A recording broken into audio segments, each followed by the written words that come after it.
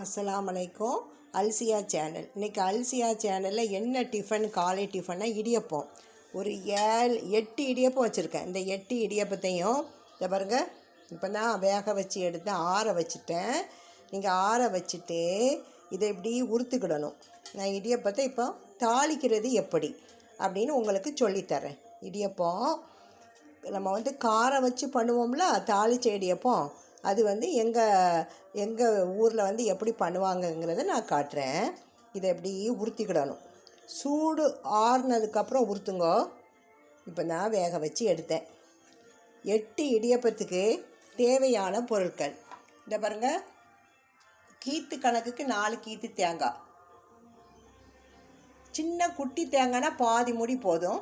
அதை நல்லா வத்தல், ஒரு பல்லு பூண்டு வச்சு நல்லா இப்படி அரைச்சிக்கிடணும். வத்தல் நான் 3 வத்தல் வச்சுருக்கேன். அதே மாதிரி தாளிப்பதற்கு நெய், தேங்காய் எண்ணெய், உளுந்தம்பருப்பு, கடுகு, அதுக்கப்புறம் கொஞ்சம் முந்திரி பருப்பு, கருவேப்பிலை, கொஞ்சம் சிறிதளவு வெங்காயம், ஒரு 4 வத்தல். ஏன்னா இங்கே நம்ம ஏற்கனவே வத்தல் வச்சு அரைச்சிட்டோம்.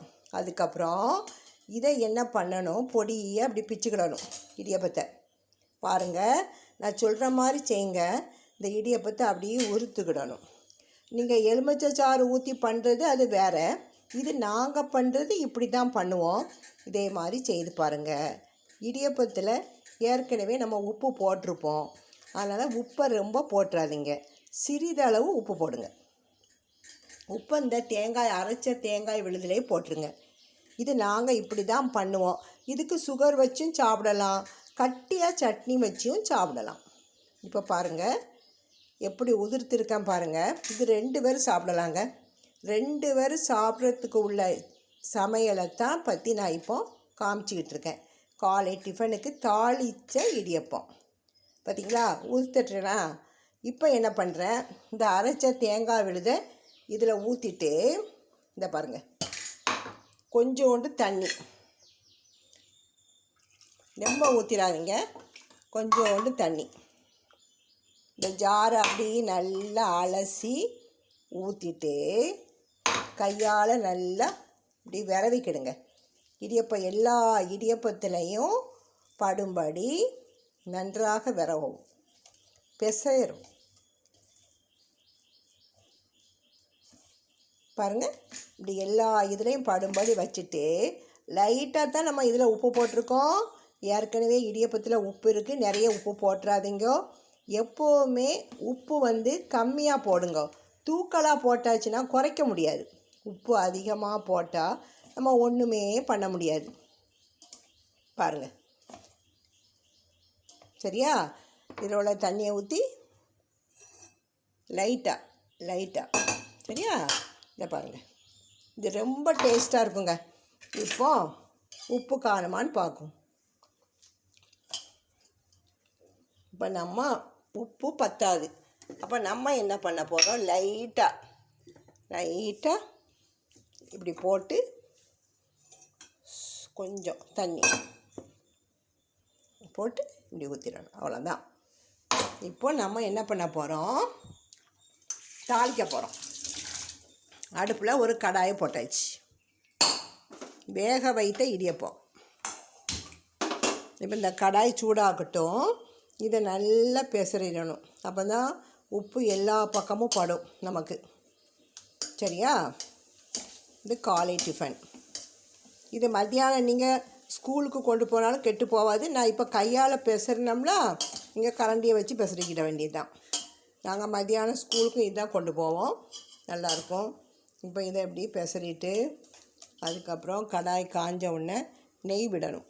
என்ன நெய் தெரியுமா, 6 கேஜி நெய் இல்லை, ஹெரிட்டேஜ் நெய்யில் நம்ம ஒரு 2 கரண்டி விட்டுக்கிடும். 2 கரண்டி விட்டுட்டு 10ஆவதுக்கு தேங்காய் எண்ணெய் விட்டுட்டு தான் வைக்கணும். 2 ஸ்பூன் விட்டுறணும். இந்த உறைஞ்சிட்டு ஃப்ரிட்ஜில் வச்ச பாருங்க, உறைஞ்சிட்டு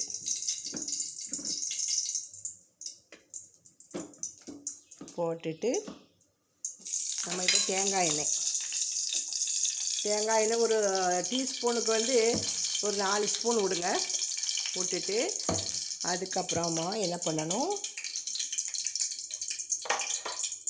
கடுகு உளுந்த பருப்பு போடணும்.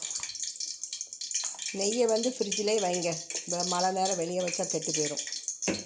இப்போ கடுகு உளுந்த பருப்பு போட்டுட்டு இது நல்லா வெடிக்கட்டும். வெடித்ததுக்கப்புறம் கருவேப்பிலை, வத்தல், முந்திரி பருப்பு, வெங்காயம் போட்டுட்டு நல்லா இதை கிளறணும்.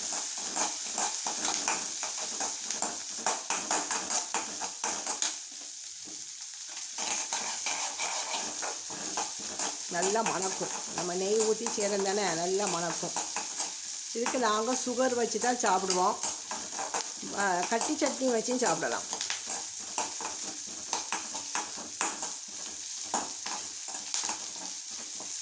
நல்லா வதங்கி வரட்டும்.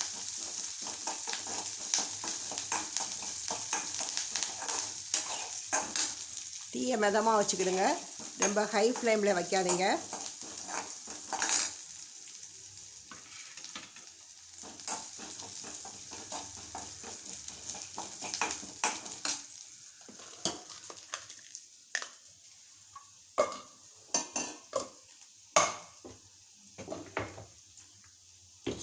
அன்னைக்கு வந்து ஸ்வீட் பொட்டேட்டோ வாங்கினேன்.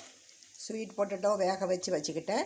இதை இனிமே வந்து பிசைஞ்சி தேங்காய் பூ போட்டு கொழுக்கட்டை மாதிரி பிடிச்சி வச்சுக்கிடணும். இதை வேக வச்ச ஸ்வீட் பொட்டேட்டோ தோலை உரிச்சிட்டு, இது ரொம்ப நல்லதுங்க. இது வாரத்தில் ஒரு நாள் சேர்த்துக்கிடுங்க, ரொம்ப நல்லது.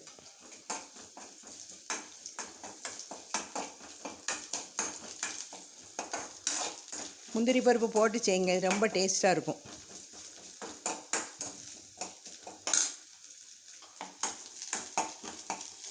இப்போ இதில் நம்ம ஏற்கனவே பெசரி வச்ச இந்த இதை போட்டுறணும். இடியப்பத்தை இப்படி தட்டி நல்லா கிளறணும். பாருங்கள் எப்படி இருக்குது பாருங்கள். காஷ்மீர் வத்தல் வச்சு தான் அரைச்சேன். சூப்பராக இருக்கும், நல்ல வாசம், சரியான வாசம். இப்போ நம்ம இந்த ஒரு 2 நிமிஷம் இதை கிளறணும்.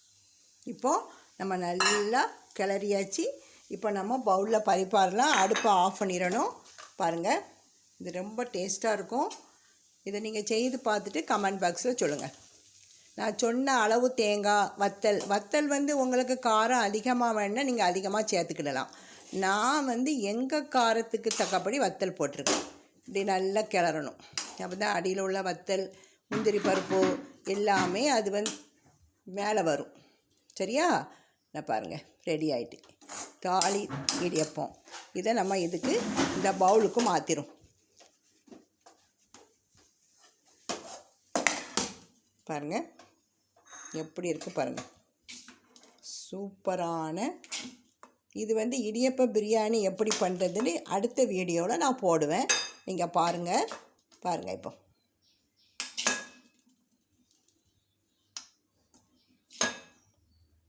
நீங்கள் முதல் நாள் நைட்டு இடியப்பம் வேக வச்சு ஃப்ரிட்ஜில் வச்சுட்டு மறுநாள் காலையில் கூட நம்ம செய்யலாம். ஏன்னா உடனே வேக வைத்து செய்கிறது வேலை, அப்படி கூட நம்ம பண்ணலாம்.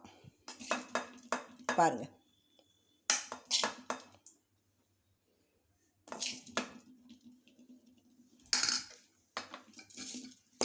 இன்றைக்கி காலை டிஃபன் வந்து தாளிச்ச இடியப்பம். இந்த ரெசிபி பிடிச்சிருந்தால் லைக் பண்ணுங்கள், லைக் பண்ணிவிட்டே வீடியோ பாருங்கள். அதுக்கப்புறம் புதுசாக பார்க்குற சப்ஸ்கிரைபர் வந்து என் பழைய வீடியோ பாருங்கள். எல்லா சமையலும் நான் போட்டிருப்பேன், அளவு பிரகாரம் போட்டிருப்பேன். நீங்கள் அழகான முறையில் பண்ணலாம். இன்ஷா அல்லாஹ் நாளைக்கு வந்து வேறு ஒரு வீடியோட உங்களை சந்திக்கிறேன்.